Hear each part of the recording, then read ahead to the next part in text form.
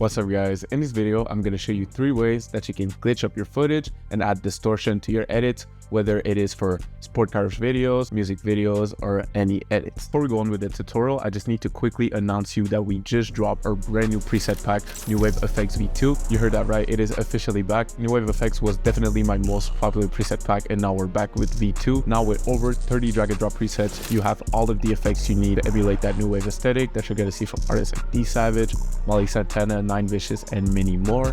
And on top of that, we're also running our first buy one get one free sale of the year. So whenever you buy an editing pack, for example, if you cop New Wave FX V2, you can get another editing pack of your choice for completely free. You can do that up to 3 times, so make sure to stock up on those editing packs so that you can save a bunch of time and impress your clients. Now without further ado, let's get right into this tutorial. So the first effect we're going to create is this kind of thermal static glitch effect.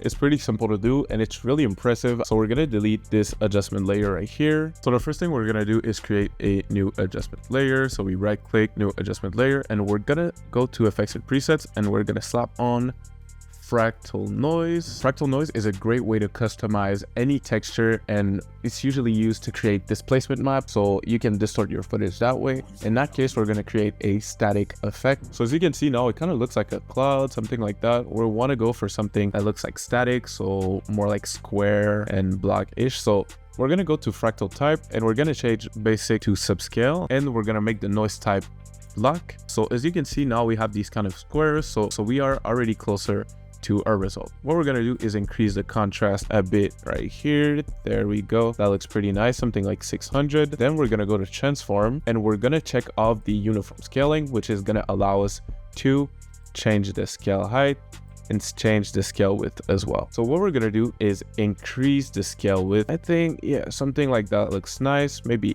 800. And then we're going to reduce the scale height. So as you can see, we're kind of getting that VHS, that static texture that we're looking for. So you can go really to the minimum if you want and then increase it like this. But I think it looks better when you increase it to something like that. That looks pretty nice. So now we're going to have this, but now as you can see, it's not moving. So what we're going to do is make it obviously move. So how we're going to do that is first we're going to put the random seed to 500, and then we're going to do alt click on the stopwatch right here. We're going to type wiggle parentheses 24, and then let's do 100. So now as you can see, we're going to get this very nice glitch effect. We can do the same thing for the scale height right here. So let's do alt click. We're going to type wiggle parentheses 24, and then let's do 10. That way it's going to randomize it even more. As you can see, it looks pretty nice. Now I'm going to show you how to blend it in with your footage. Let's go. So we're going to go to blending mode, and we're going to do color dodge. So now let's look at what we have. So as you can see, this looks pretty cool, but it's also pretty white. We can't really see anything, and we're still missing that thermal effect. So that's what we're going to do right now. We're going to type CC toner, and we're going to put it before the fractal noise, and we're going to make the tones Pantone.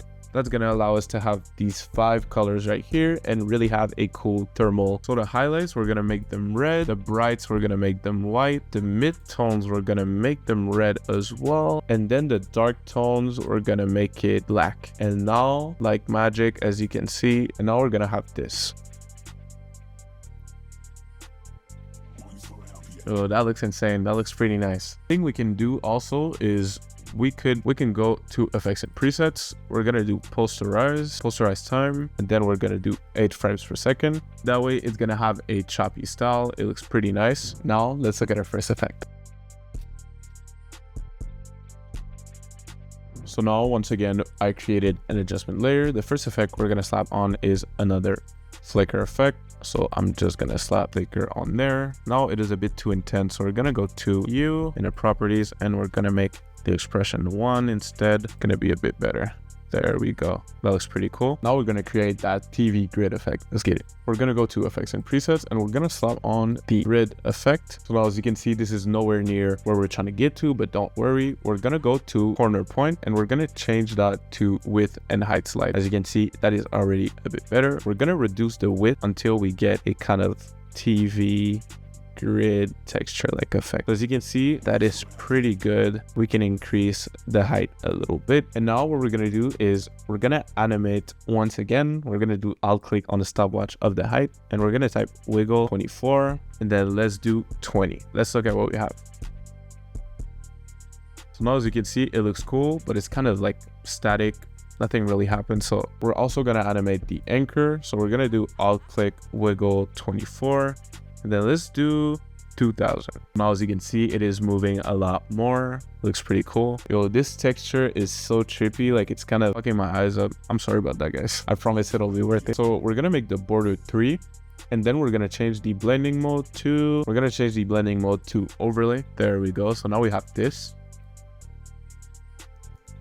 and now what we're gonna do is we're gonna duplicate the effect. Okay, let's do Command D, but we're gonna change the width of the second one to 4. So now as you can see, we get this cool CRT effect. Now what's missing? Now we're gonna give it a kind of round fisheye look that you often see in those old TVs. Let's get it. We're gonna go to optics. We're gonna go to effects and presets, and we're gonna type optics compensation. Let's slap it on there right here. And now we can increase that to something we like, maybe like 50. As you can see, now we get black borders. We don't want that. So we're gonna go to the clip below and increase it until we can't see them anymore. Now let's look at our second effect. Now the last effect I'm going to show you how to do is a jitter glitch effect. We're going to go and type time warp in the effects and presets tab, and we're going to directly slap it on the clip disc. You want to make sure that the speed is at 100 at first, and after you guessed it, once again, we're going to do alt click on the speed right here, and we're going to make it wiggle. That is how you glitch stuff, guys. You basically want to randomize it. That way you get an authentic feel. So wiggle 24, and then let's do 300. Let's look at what that looks like. And just like that, let's look at our third effect.